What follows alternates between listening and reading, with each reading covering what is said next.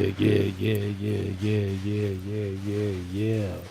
Hey, what up, y'all? What up, y'all? This your boy L City One, baby. L City Wanna be exact, that is, aka Illmatic 124, and not the mother sucking gang numbers, man.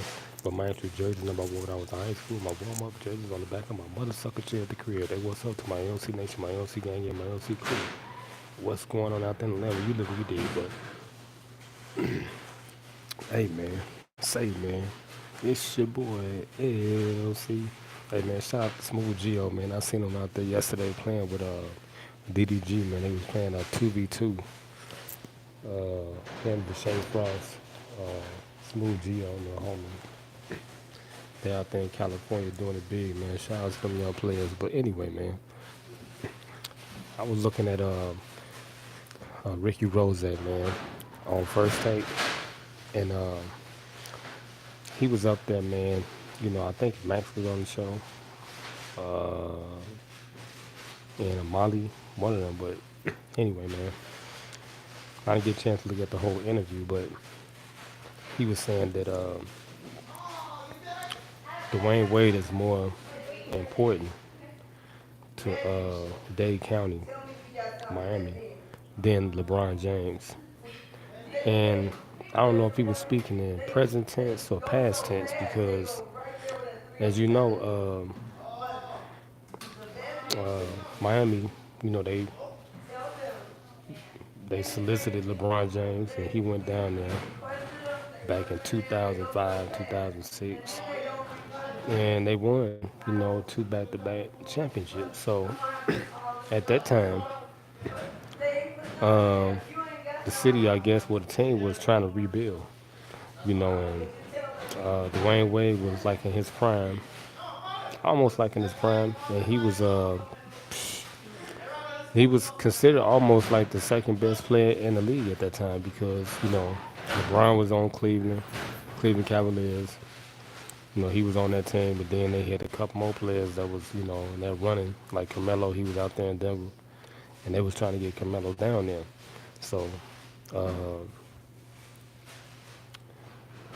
Dwayne Wade was one of the elite players at that time. He was one of the elite players in the league. So uh, I don't know if he's speaking on the past, but I guess he's speaking about now because you know, as you know, Dwayne Wade did go back to Wade County to end his career, and the 1 year he left, I don't know if it hurt the economy, but it seemed like the morale wasn't the same down there.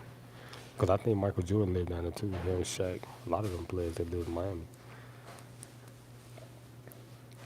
and I guess that 1 year, you know, was it was very detrimental to the economy. You know, and I can relate to what he's saying because you know he's a musician, artist, and stuff like that. And he was down there at the time when it was percolating. You know, him, DJ Khaled, Drake. There was a lot of artists. Lil Wayne was down there. Cash Money really was down there in Miami doing it big. So they flourished from that. You know, that success. You know, when the city was, when he won, and you know, it propelled their city and heightened their city to, you know, to royalty, realness. You know, and I could relate to that because I was here when Jordan won. You know, the Jordan era. When he won those six titles, man, it was like it was an unbelievable time, man. But I was a young fellow, so I didn't get a chance to understand the economics of it and you know how potent it was for our city. But everybody else, you know, I seen my old man, he was doing good. You know, worked for the CTA. Everybody was doing good, man. You know, and it was a fun time. And it boosted I guess it boosted the city. You know, and you know, there was a lot of opportunities here, a lot of wealth, stuff like that. So by him going back down there, Dwayne Wade, you know, retiring, living there, I guess that is, I guess that's what he's meaning now. You know, that's more important than any other player that'll come down like Jimmy Butler. He down there, but you know, it's always gonna be his story because Dwayne Wade won first. Then when he won, he was in the era where it was like Kobe Bryant, you know, and Kobe Bryant was world renowned. He was almost getting up there with Mike. As far as recognition in the world, and for him to win in his era like that, that was incredible.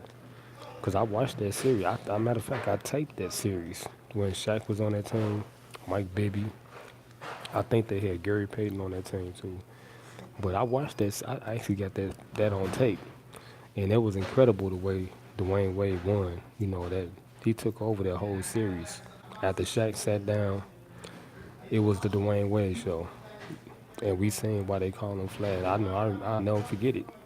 He pretty much just straight destroyed Dallas all by himself, and they had Mark. I mean, Dirk was.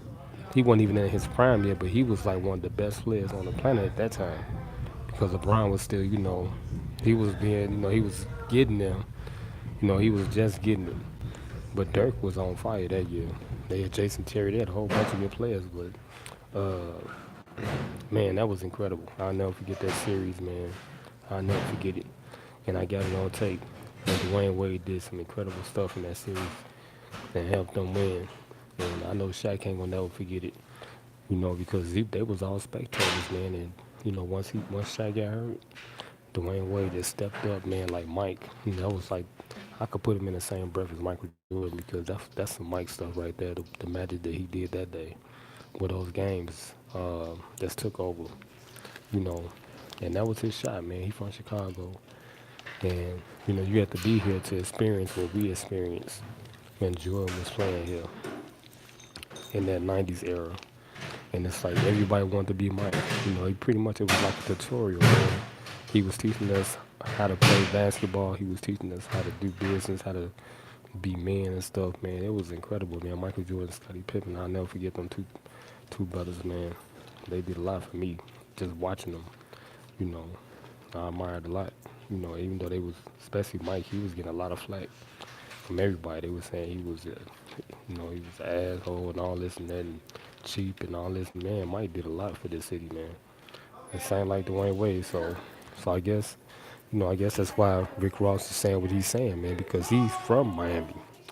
He know how it was before the success came, and he know how it was after the success came. So, yeah, you know, get my little 2 cents in on that. I'm finna look at the interview, all of it. Well, I gotta go back upstairs, man. So, hey, man, this your roving reporter, man. LC the one, baby. LC the one, baby. To be exact, that is from the break room, man. Signing out, man. When I get to the crib, I'm gonna do a vlog today, man. So it's vlog day, vlog day, vlog day. So I'm gonna holler at y'all later, man. Stood up and down church and